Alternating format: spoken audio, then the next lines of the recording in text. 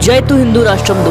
दोस्तों मैं हूं आर्यवीरा और स्वागत है आपका आर्यवीरा द आइकॉनिक वुमन वर्ल्ड में। आजकल कुछ भ्रमणाएं ऐसी चर्चित है जिसमें बार बार वेदों की ओर इंगित करके कहा जाता है कि वेदों में तो नारी को शिक्षा का स्थान ही नहीं है। और जो लोग ये कहते हैं कि भारत में नारी की बड़ी दुर्दशा थी, ऐसे लोगों ने कभी भारत का इतिहास पलटकर देखा ही नहीं। और जिन वेदों को ये कोसते रहते हैं, उन वेदों की ओर इन्होंने कभी ध्यान तक नहीं दिया। यदि ये ध्यान देते तो ये जान पाते कि वेदों में नारी को कितना महान स्थान दिया गया है। हमारा भारत एकमात्र ऐसा देश है जहाँ स्त्रियों को पुरुषों से भी उच्च स्थान दिया गया है। लेकिन बदलते समय के साथ मुगल आक्रांताओं के आक्रमण और उनकी भोगी विलासी नीतियों ने हमारे समाज को दूषित करना आरंभ कर दिया और स्त्रियों को वेदों से वंचित कर उन्हें केवल अपने घर की चार दीवारी में कैद कर दिया, जिससे स्त्रियों का बौद्धिक विकास रुक जाए। इसी कारण स्त्री बौद्धिक शिक्षा के अभाव में बाकी अन्य अधिकारों से भी वंचित होती चली गई और भोग विलास में जीने वालों ने अपने स्वार्थ के लिए स्त्रियों की इस दशा को बरकरार रखा, क्योंकि यदि स्त्रियां जाग जाती तो उनकी पुरुष प्रधानता क्षण भर में ढेर हो जाती। इसीलिए पीढ़ी दर पीढ़ी स्त्रियों की शक्ति और सामर्थ्य को दबाया गया और साथ ही सनातन धर्म में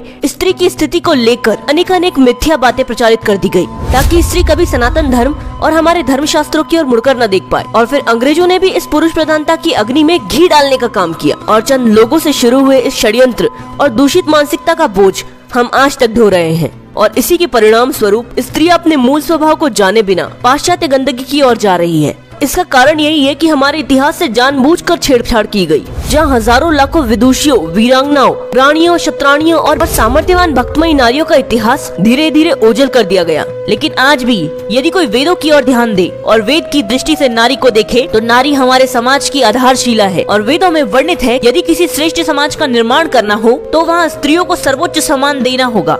आज जहाँ स्त्री को केवल भोग समझा जाता है, वहीं वैदिक काल में स्त्री संसार का मूल स्रोत, आदि शक्ति के रूप में उपासित थी। और आज से 1000 गुना अधिक स्त्रियां वैदिक काल में उन्नत थी, जहां धर्म और संस्कार की अमृत धार बन स्त्रियां संस्कृति का पोषण करती थी। और इसके कई सारे प्रमाण हैं, जहां स्त्रियों को वेदों द्वारा अनेक विद्याएं सीखने के आदेश है।